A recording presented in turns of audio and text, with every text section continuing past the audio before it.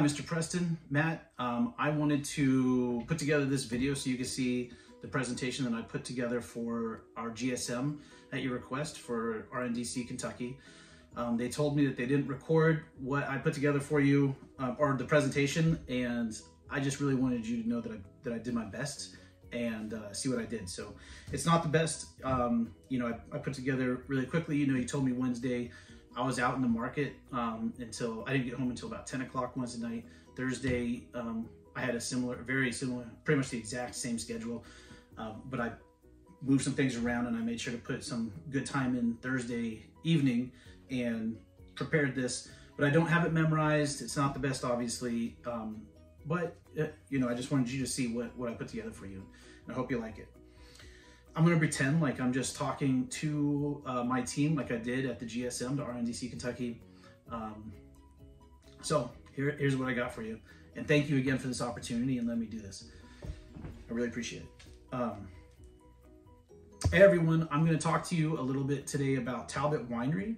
I was just asked to join the Talbott Virtual Apprentice Harvest Program with the winemaker David Coventry, the brand ambassador Ben McClure, and the brand manager Laura Shalin. It was an extremely cool experience. Not a lot of people did it. It was Monday through Thursday for about an hour and a half every day. We just finished up yesterday, and there was 21 people across the U.S. besides myself, so 22 people that were involved in it. It was an honor to be a part of it. And there was people from all over, from Iowa, me, Kentucky, from Florida, Los Angeles, California, Hawaii. There was people from all over. It was really cool. And it was great. We really got to know each other. It wasn't like, it was very personal. It was very intimate. By the end of it, I really felt like I knew David Coventry. It's the truth. I do know David at this point. I asked him very personal questions that were personal to me that I really want to know the answer to. He answered them directly, and we did that the entire time. I'd say like the first 30-40 minutes was us learning and presentations and teaching and stuff. In the last like 45 to 50 plus minutes was really just all of us talking, asking questions, and it was a blast. It was way more fun than you'd expect. And so to be honest, I didn't even know I was going to present to you today. Gallo and Matt Preston, they wanted me to go and have fun. They wanted me to go into this and enjoy it, and rather than be worried about taking detailed notes that I can present this and not really gathering the information the way that they wanted me to. They wanted me to just enjoy it, and I did. I went in and I enjoyed it, but thank God I took notes because I did have to present to you. So I'm going to go over some of the things that we talked about, some of the things that I found interesting out of the entire experience. So I really liked history, the mechanics of the vineyards, and the wines themselves, tasting the wines. And near the end, we started tasting the wines, and we were doing this like pairing and seeing how the Talbott wines paired up with different things. And they sent us this really cool kit. So I got this kit in the mail. It looked like this. And you opened it up, and they sent a bunch of really cool things. And some of them were like this right here. It's cocoa powder, some cranberries, and this sriracha. And we tasted the sriracha with like the Cali Heart Pinot Noir. And you could see, and we just like kind of experimented and saw how it really exploded the spice in your mouth. We tasted the cocoa with the Sleepy Hollow Pinot Noir, and just kind of experienced the smothering that you get from that. And then we tasted the cranberries, and this really you can see how it bridged the gap of the aromas and the flavor of the Pinot Noir. It just pulled it all together. So that was really cool. They sent us some other cool things like soil. Right there, that's actual soil from Sleepy Hollow, loam soil. Never had dirt sent to me in the mail before, but that was interesting. They sent us this cool fabric, so satin and velvet. And what David had us do is while we were drinking the wines, he had us feel this. So we felt this while we were closed our eyes, tasting the Cali Heart Pinot Noir, we felt saddened. And you hear people describe wines in a lot of different ways, and sometimes it comes down to texture. And this is a way that just really pulled those senses together. We tasted the velvet with the Sleepy Hollow. And like I said, it just pulls everything together. And when you're talking about wines in the future, it just helps you register it a little bit better. So that's really cool. I'm going to use this at my next event. I'm doing a Pinot Noir wine dinner soon, and I'm going to use that at it. They also sent us these cool barrel staves, and they're toasted. So you have a couple, I don't know if you guys can see that, but you have one that's medium and then one that's medium plus toasted. And we tasted wines from each of these and saw what the toasting did to the wine. And it was just really interesting and a lot of fun. Again, I'm going to use these too at that Pinot Noir dinner that I'm doing next weekend. And then they also sent, at the end of it, they sent this cool gift box. It was just a thank you box, and let me open it and show you what I got. Very cool. And opening the box, it was part of the experience, just so cool. Open it, and there's this way that it's presented to you. This thank you card came out of it first. Very nice. And then these really gorgeous wine glasses, Talbott Vineyards wine glasses. Look at those suckers. How cool is that? So cool. So thank you very much for that. But it really was a lot of fun. And I guess the idea is that, you know, we do these GSMs, and since it's gone virtual, it can get very unpersonal. There's not a lot of eye contact. Before, you could kind of read each other, you could read the room, you could ask questions, and it's just a little more difficult now, and it can feel like you're getting a little separated. So this is a way to just keep us a little bit more involved and connected. And it's a blast. If any of you get asked to do something like this, I'd be excited, because you're just going to have a really good time. And it's not something that you've ever experienced before. So I'm going to talk a little bit about Talbott wine and its history. Talbott Winery was founded by Robert Talbott in 1982. His parents started a clothing company in 1950, and they would fly to Europe to buy their silks and fabrics, and then they'd come back to Carmel, California. And that's when they realized the similarities between the wine business and the clothing business. And they decided to start up a winery. And I think David Coventry mentioned that they said they went from Haute cuisine to haute couture to haute cuisine. Kind of clever. So Robert Talbott planted his first vineyard, Diamond Tea Vineyards, on his Diamond Tea Ranch in 1982. It was a very small vineyard, of course, at first, and he slowly grew his reputation. But as he was growing, he had to source his grapes because he was so small, and he sourced from Sleepy Hollow Vineyards, which is actually inland a little bit more in the Salinas Valley. And Sleepy Hollow just has phenomenal grapes. It always has and still does to this day. So good that they actually received Grand Cru status by Wine Enthusiast magazine.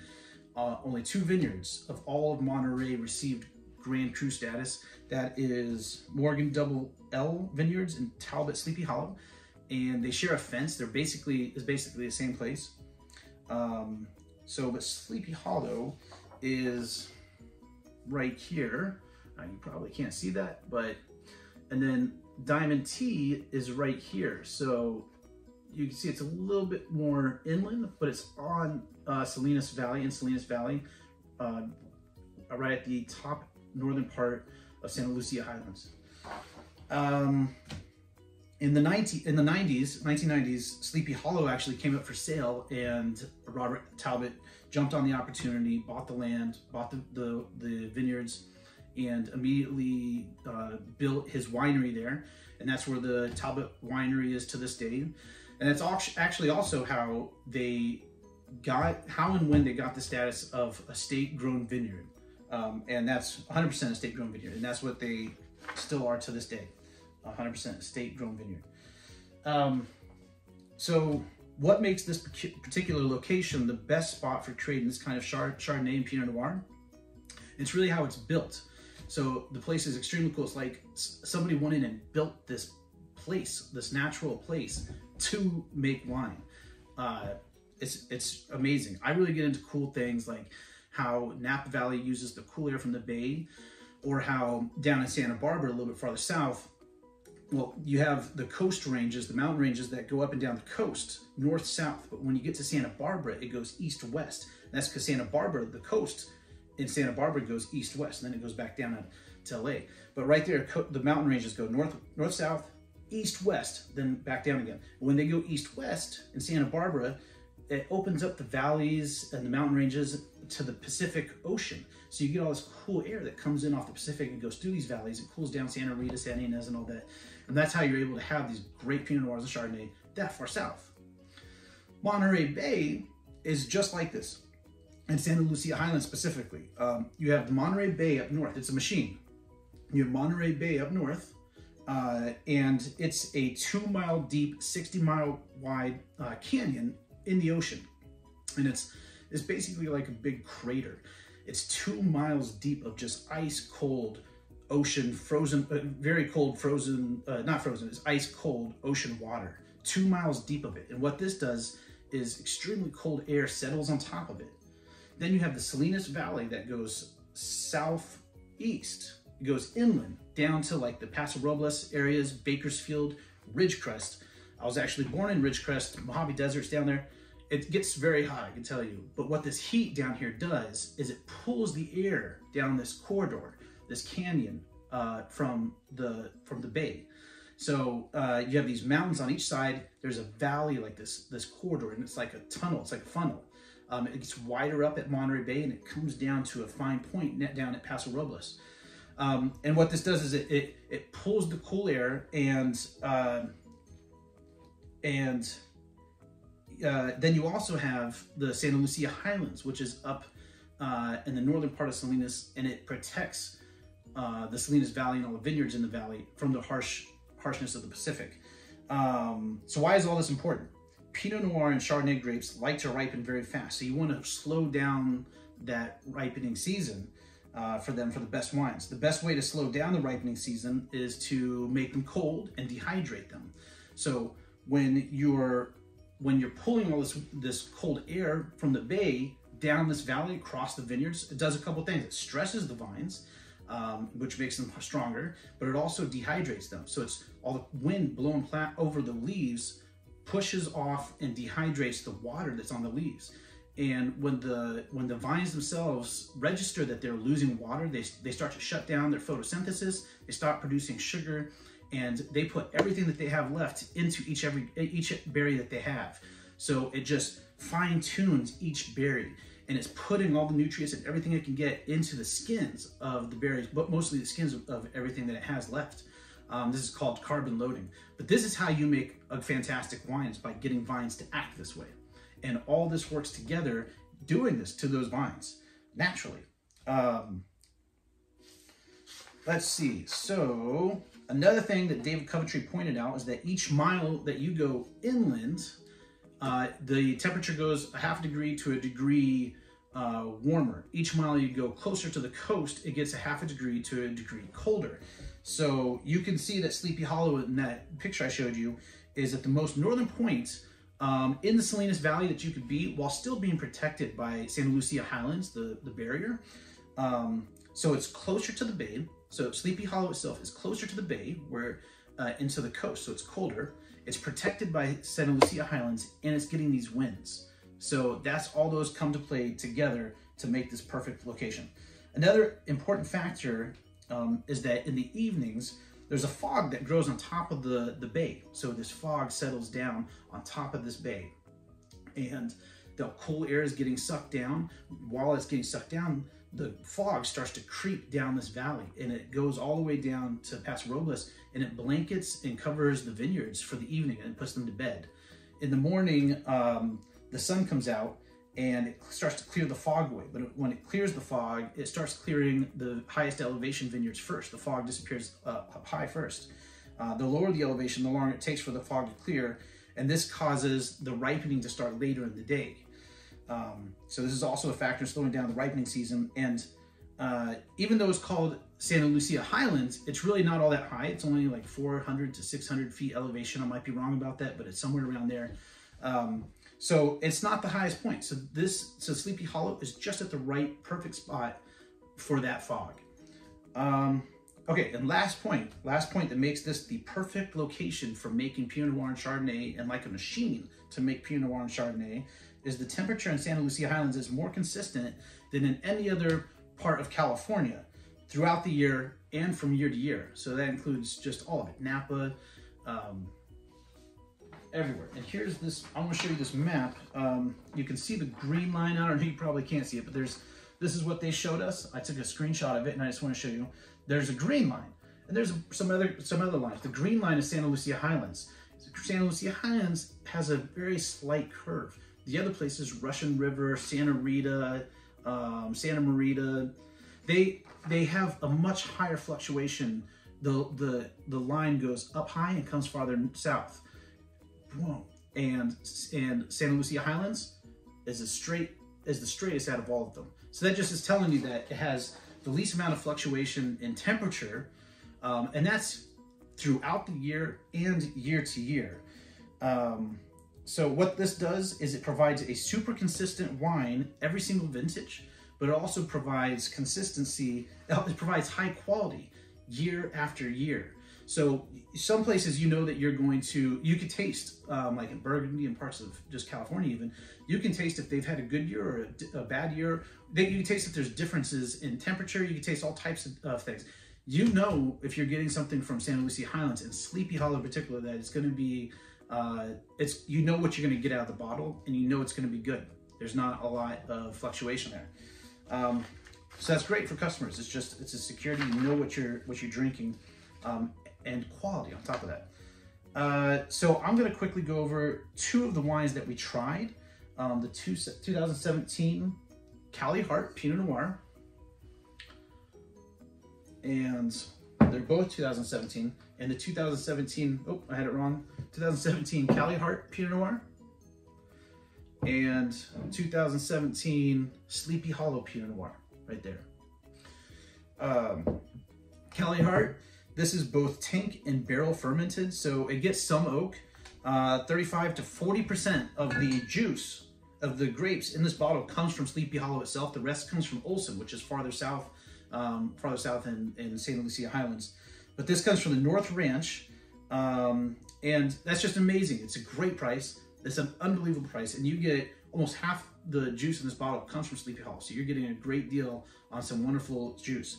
It retails for $20 to $25, but we have it at $18.39 off premise, and $15 on premise at Case One. We do have this actual vintage in stock, so we have this right here.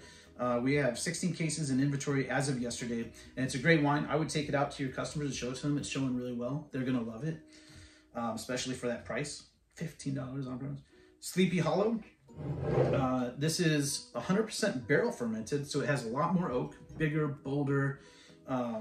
It's the one that we tasted while feeling velvet. 2017, this one was a warm vintage, and you can taste the warmth in this bottle. There's a lot more like mango and papaya and tropical fruits. But we actually have the 2014, which is really cool. We don't have this vintage in. We have the 2014, but David Coventry explained that about 6 years in is when a Pinot Noir is really starting to show its colors and hit its stride. He said that at 2 years is when you can first start drinking a Pinot Noir. 4 years, and it's starting to come together. It's really starting to express itself the way it should be. 6 years is where it's at, and beyond even. But 6 years is wonderful. And since we have the 2014 being 2020, it's perfect to take it out right now. I'd even say possibly, because this was amazing, that the 2014 might even be better than this 2017. So get that sucker out, show it to your customers. It's going to be perfect right now.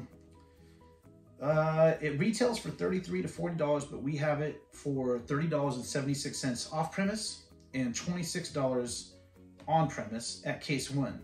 We have 22 cases of the 2014 left in inventory as of yesterday. So that's pretty much it. You know, it was a great experience. I'm going to finish on just a question that someone asked the winemaker David Coventry. He was asked, and his answer to it. He was asked if he would ever start growing Syrah at Talbott, and he answered with a question, with a riddle. What's the difference between a case of Syrah and a case of syphilis? you can eventually get rid of a case of syphilis. So I think that's a no. So that's it. That's what I put together. That's the presentation. I hope you enjoyed it. I hope you're glad that you chose me to help you with this, Matt. And thank you again. Anything you ever need, I'm always going to do it for you, and I appreciate the opportunity. Thank you. Bye, sir.